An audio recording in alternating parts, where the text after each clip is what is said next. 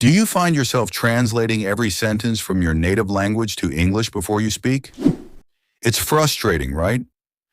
It makes you pause, stutter, and lose your confidence. Today I'm going to show you exactly how to stop translating and start thinking in English using 5 simple daily habits. Step 1. Label your world. The tip: start small. Look around your room right now. What do you see? Don't think of the word in your language. Just say the English word: window, chair, laptop, fan. Action: every time you look at an object today, name it in English. This builds a direct connection in your brain between the object and the English word. Step 2. Think in simple sentences. The tip: once you can name objects, move to small sentences. Describe what you are doing or feeling. Examples: instead of translating "I am hungry," just think "I'm hungry," or "the weather is nice, I need coffee." Keep it short and simple. Step 3. Narrate your day.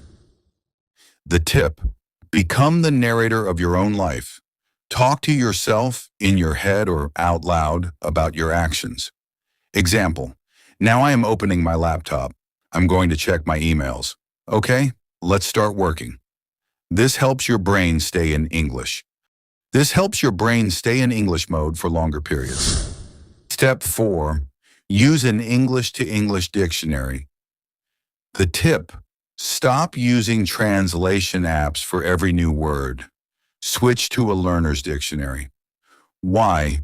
When you read the definition of an English word in English, you are learning how to explain concepts without relying on your native language.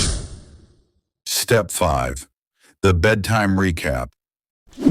Before you fall asleep, spend 2 minutes reviewing your day in English. Example: today was productive. I finished my project and went for a walk. I should wake up early tomorrow. Doing this just before bed helps your brain process the language while you sleep. Outro encouragement. Fluency doesn't happen overnight. Try these 5 steps for just 30 days. You will be surprised at how much faster your speaking becomes. Call to action.